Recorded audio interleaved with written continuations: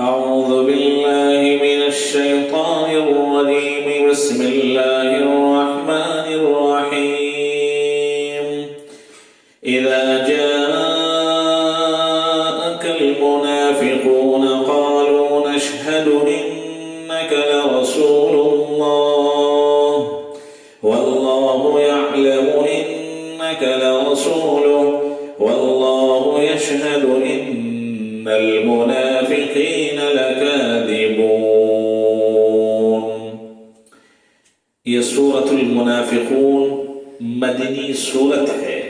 اس میں 2 رکوع، 11 آیتیں، 180 کلمے اور 976 حرف ہیں۔ شروع کرتا ہوں اللہ کے نام سے جو نہایت مہربان بڑے رحم والے ہیں۔ جب آپ کے پاس یہ منافقین آتے ہیں، ان آیات کے نازل ہونے کی وجہ یہ بیان کی گئی ہے کہ کسی غزوے میں کسی مہاجر اور انصاری میں تکرار ہو گیا، یعنی مکہ مکرمہ اور مدینہ منورہ کے رہنے والے کسی مہاجر اور انصاری میں تکرار ہو گیا۔ اس پر عبداللہ بن ابی بگڑا کہ تم نے ان پردیسیوں کو روٹیاں کھلا کھلا کر بگاڑ دیا، اب کہ مدینہ پہنچ کر ان لوگوں کو خرچ دینا بند کر دو، خود ہی چلے جائیں گے۔ اور یہ بھی کہا کہ ہم عزت والے ہیں، ان ذلت والوں کو نکال دیں گے۔ یہ بات زید بن ارقم رضی اللہ تعالی عنہ صحابی نے سن کر رسول اللہ صلی اللہ علیہ وسلم سے جا کہی۔ آپ صلی اللہ علیہ وسلم نے عبداللہ بن ابی اور اس کے رفقا ساتھیوں کو بلا کر پوچھا۔ وہ صاف منہ کر گیا اور قسمیں کھا گیا۔ زید بن ارقم رضی اللہ تعالی عنہ کو بڑا رنج ہوا۔ اس پر یہ آیتیں نازل ہوئیں۔ جب آپ کے پاس یہ منافقین آتے ہیں تو کہتے ہیں کہ ہم دل سے گواہی دیتے ہیں کہ آپ بے شک اللہ کے رسول صلی اللہ علیہ وسلم ہیں، اور یہ تو اللہ کو معلوم ہے کہ آپ اللہ کے رسول صلی اللہ علیہ وسلم ہیں۔ اس میں تو ان کے قول کی تکذیب نہیں کی جاتی، اور باوجود اس کے اللہ تعالیٰ گواہی دیتا ہے کہ یہ منافقین اس کہنے میں جھوٹے ہیں۔ اتخذوا أيمانهم جنة فصدوا عن سبيل الله إنهم ساء ما كانوا يعملون۔ ان لوگوں نے اپنی قسموں کو اپنی جان و مال بچانے کے لیے سپر بنا رکھا ہے، پھر یہ لوگ دوسروں کو بھی اللہ کی راہ سے روکتے ہیں، بے شک ان کے یہ اعمال بہت ہی برے ہیں۔ ذلك بأنهم آمنوا ثم كفروا فطبع على قلوبهم فهم لا يفقهون۔ اور ہمارا یہ کہنا کہ ان کے اعمال بہت برے ہیں اس سبب سے ہے کہ یہ لوگ اول ظاہر میں ایمان لائے، پھر کلمات کفریہ کہہ کر کافر ہو گئے، سو ان کے دلوں پر مہر کر دی گئی تو یہ حق بات کو نہیں سمجھتے۔ وَإِذَا رَأَيْتَهُمْ تُعْجِبُكَ أَجْسَامُهُمْ وَإِنْ يَقُولُوا تَسْمَعْ لِقَوْلِهِمْ كَأَنَّهُمْ خُشُبٌ مُّسَنَّدَةٌ يَحْسَبُونَ كُلَّ صَيْحَةٍ عَلَيْهِمْ هُمُ الْعَدُوُّ فَاحْذَرْهُمْ قَاتَلَهُمُ اللَّهُ أَنَّىٰ يُؤْفَكُونَ۔ اور جب آپ ان کو دیکھیں تو شان و شوکت ظاہری کی وجہ سے ان کے قد و قامت آپ کو خوشنما معلوم ہوں، اور اگر یہ باتیں کرنے لگیں تو آپ ان کی باتیں سن لیں، گویا یہ لکڑیاں ہیں جو دیوار کے سہارے لگائی ہوئی کھڑی ہیں، ہر غل پکار کو خواہ وہ کسی وجہ سے ہو اپنے اوپر پڑنے والی خیال کرنے لگتے ہیں۔ یعنی جس طرح لکڑیاں لمبی چوڑی اور موٹی موٹی مگر بے جان ہوتی ہیں، اسی طرح منافقوں کی حالت ہے۔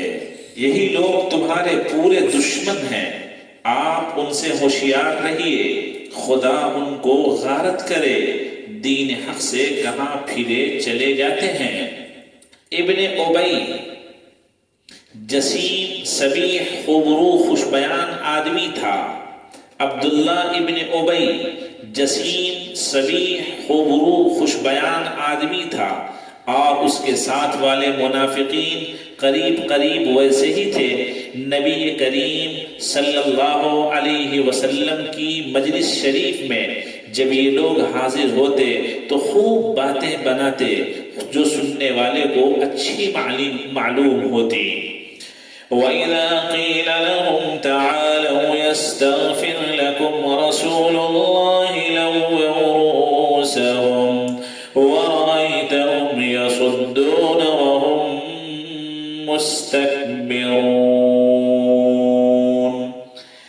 اور جب ان سے کہا جاتا ہے کہ رسول اللہ صلی اللہ علیہ وسلم کے پاس آؤ، تمہارے لیے رسول اللہ صلی اللہ علیہ وسلم استغفار کر دیں، بہت سارے لوگ استغفار لفظ کہتے ہیں، حالانکہ یہ لفظ استغفار ہوتا ہے، اور جب اس کو پڑھا جاتا ہے تو استغفر اللہ اس طرح پڑھا جاتا ہے۔ تو وہ اپنا سر پھیر لیتے ہیں۔ جب پچھلی آیتیں رئیس المنافقین عبداللہ بن ابی کے بارے میں نازل ہوئیں تو اس کی قوم کے لوگوں نے اس سے کہا کہ خدا برتر نے تمہاری نسبت بہت سخت آیتیں نازل کی ہیں، بہتر یہ ہے کہ تائب ہو جاؤ، توبہ کر لو۔ اور نبی صلی اللہ علیہ وسلم جب پچھلی آیتیں رئیس المنافقین عبداللہ بن ابی کے بارے میں نازل ہوئیں تو اس کی قوم کے لوگوں نے اس سے کہا کہ خدا برتر نے تمہاری نسبت بہت سخت آیتیں نازل کی ہیں، بہتر یہ ہے کہ تائب ہو جاؤ، توبہ کر لو، اور نبی کریم صلی اللہ علیہ وسلم کے حضور میں حاضر ہو کر خطا معاف کراؤ۔ وہ کہنے لگا، واہ جناب، واہ جناب، واہ، پہلے تو تم نے ایمان لانے کی ترغیب دی اور میں ایمان لے آیا، پھر کہا کہ زکوٰۃ دیا کرو، خیر، جبرن و قہرن اسے بھی منظور کیا۔ اب صرف یہ کسر رہ گئی ہے کہ تمہارے کہنے سے محمد صلی اللہ علیہ وسلم کو سجدہ کرنے لگو، مجھ سے یہ ہرگز نہ ہو سکے گا۔ اس پر یہ آیت نازل ہوئی، اور آپ ان کو دیکھیں گے کہ وہ اس ناصح اور استغفار سے تکبر کرتے ہوئے بے رخی کرتے ہیں۔ شان نزول اس آیت کی یہ ہے کہ غزوہ مریسی سے فارغ ہو کر جب نبی کریم صلی اللہ علیہ وسلم نے سر چاہ نزول فرمایا تو وہاں یہ واقعہ پیش آیا کہ حضرت عمر رضی اللہ تعالی عنہ کے اجیر جہجاہ غفاری اور ابن ابی کے حلیف سنان وبر جوہنی کے درمیان جنگ ہو گئی۔ جہجاہ نے مہاجرین کو اور سنان نے انصار کو پکارا۔ اس وقت ابی بن منافق نے حضور صلی اللہ علیہ وسلم کی شان میں بہت گستاخانہ اور بیہودہ باتیں بکیں، اور یہ کہا کہ مدینہ طیبہ پہنچ کر ہم میں سے عزت والے ذلیلوں کو نکال دیں گے، اور اپنی قوم سے کہنے لگا کہ اگر تم انہیں اپنا جھوٹا کھانا نہ دو تو یہ تمہاری گردنوں پر سوار نہ ہو، اب ان پر کچھ خرچ نہ کرو تاکہ یہ مدینے سے بھاگ جائیں۔ اس کی یہ ناشائستہ گفتگو سن کر زید بن ارقم رضی اللہ عنہ کو تاب نہ رہی۔ انہوں نے اس سے فرمایا کہ خدا کی قسم تو ہی ذلیل ہے، اپنی قوم میں بغض ڈالنے والا، اور سید عالم صلی اللہ علیہ وسلم کے سر مبارک پر معراج کا تاج ہے، حضرت الرحمن نے انہیں عزت و قوت دی ہے۔ ابن ابی کہنے لگا، چپ، میں تو ہنسی سے کہہ رہا تھا۔ زید بن ارقم نے یہ خبر حضور صلی اللہ علیہ وسلم کی خدمت میں پہنچائی۔ حضرت عمر رضی اللہ عنہ نے ابن ابی کے قتل کی اجازت چاہی۔ حضور کائنات رحمت للعالمین صلی اللہ علیہ وسلم نے منع فرمایا، اور ارشاد کیا کہ لوگ کہیں گے کہ محمد صلی اللہ علیہ وسلم اپنے ساتھیوں کو قتل کرتے ہیں۔ حضور انور صلی اللہ علیہ وسلم نے ابن ابی سے دریافت فرمایا کہ تو نے یہ باتیں کہی تھی، وہ مکر گیا اور قسم کھا گیا کہ میں نے کچھ بھی نہیں کہا۔ اس کے ساتھی جو مجلس شریف میں حاضر تھے وہ عرض کرنے لگے کہ ابن ابی بوڑھا بڑا شخص ہے، یہ جو کہتا ہے ٹھیک ہی کہتا ہے، زید بن ارقم کو شاید دھوکہ ہوا ہو اور بات یاد نہ رہی ہو۔ پھر جب اوپر کی آیتیں نازل ہوئیں اور ابن ابی کا جھوٹ ظاہر ہو گیا تو اس سے کہا گیا کہ جا سید عالم رحمت للعالمین سے درخواست کر، حضور تیرے لیے اللہ تعالیٰ سے معافی چاہیں۔ تو گردن پھیری اور کہنے لگا کہ تم نے کہا ایمان لا تو میں ایمان لے آیا، تم نے کہا زکوٰۃ دے دو میں نے زکوٰۃ دی، اب یہی باقی رہ گیا ہے کہ محمد مصطفیٰ سرور دو عالم صلی اللہ علیہ وسلم کو سجدہ کروں۔ اس پر یہ آیت کریمہ نازل ہوئی۔ سواء علیہم استغفرت لهم ام لم تستغفر لهم لن يغفر اللہ لهم ان اللہ لا يهدي القوم الفاسقین۔ جب ان کے کفر کی یہ حالت ہے تو ان کے حق میں دونوں باتیں برابر ہیں، خواہ ان کے لیے آپ استغفار کریں یا ان کے لیے استغفار نہ کریں، اللہ تعالیٰ ان کو ہرگز نہ بخشے گا، اللہ تعالیٰ ان کو ہرگز نہ بخشے گا۔ مطلب یہ کہ اگر وہ آپ صلی اللہ علیہ وسلم کے پاس آتے بھی اور آپ ان کی ظاہر حالت کے اعتبار سے استغفار بھی فرماتے تب بھی ان کو کچھ نفع نہ ہوتا۔ یہاں سے فرق نکلتا ہے بے اعتقاد اور صحیح العقیدہ گناہگار کا۔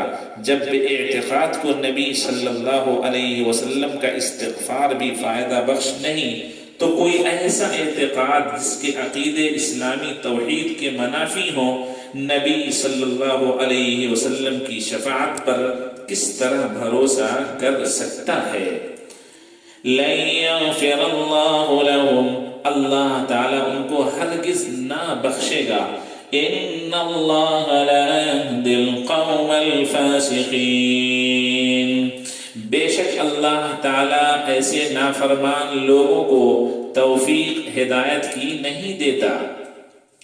هم الذین یقولون لا تنفقوا على من عند رسول اللہ حتى ينفضوا وللہ خزائن السماوات والأرض ولكن المنافقین لا يفقهون۔ یہ وہ ہیں جو کہتے ہیں کہ جو لوگ رسول اللہ صلی اللہ علیہ وسلم کے پاس جمع ہیں ان پر کچھ خرچ مت کرو یہاں تک کہ یہ آپ ہی منتشر ہو جائیں گے، اور ان کا یہ کہنا جہل محض ہے، جہالت پر مبنی ہے، کیونکہ اللہ ہی کے ہیں سب خزانے آسمانوں کے اور زمین کے، ولیکن منافقین سمجھتے نہیں۔ یقولون لئن رجعنا إلى المدينة ليخرجن الأعز منها الأذل ولله العزة ولرسوله وللمؤمنين ولكن المنافقين لا يعلمون۔ اور یہ لوگ کہتے ہیں کہ اگر ہم اب مدینے میں لوٹ کر جائیں گے تو عزت والا وہاں سے ذلت والے کو باہر نکال دے گا، عزت والا وہاں سے ذلت والے کو نکال دے گا۔ منافقین نے اپنے کو عزت والا کہا اور مؤمنین کو ذلت والا۔ اللہ فرماتا ہے وَلِلَّهِ الْعِزَّةُ وَلِرَسُولِهِ وَلِلْمُؤْمِنِينَ، اور عزت اللہ ہی کی ہے اور اس کے رسول صلی اللہ علیہ وسلم کی اور مسلمانوں کی بواسطہ تعلق مع اللہ والرسول کے، یعنی اللہ، اس کے رسول اور مسلمانوں کے لیے ہی عزت ہے۔ اس آیت کے نازل ہونے کے چند ہی روز بعد ابن ابی منافق اپنے نفاق کی حالت پر مر گیا۔ مفسرین نے اس کا ذکر فرمایا ہے، وَلَكِنَّ الْمُنَافِقِينَ لَا يَعْلَمُونَ، لیکن منافقین جانتے نہیں۔ يَا أَيُّهَا الَّذِينَ آمَنُوا لَا تُلْهِكُمْ أَمْوَالُكُمْ وَلَا أَوْلَادُكُمْ عَنْ ذِكْرِ اللَّهِ، اے ایمان والو، تم کو تمہارے مال اور اولاد، مراد اس سے مجموعہ دنیا ہے، اللہ کی یاد اور اطاعت سے مراد اس سے مجموعہ دین ہے، یعنی پنجگانہ نمازوں سے یا قرآن شریف سے یا تمام دین کی باتوں سے غافل نہ کرنے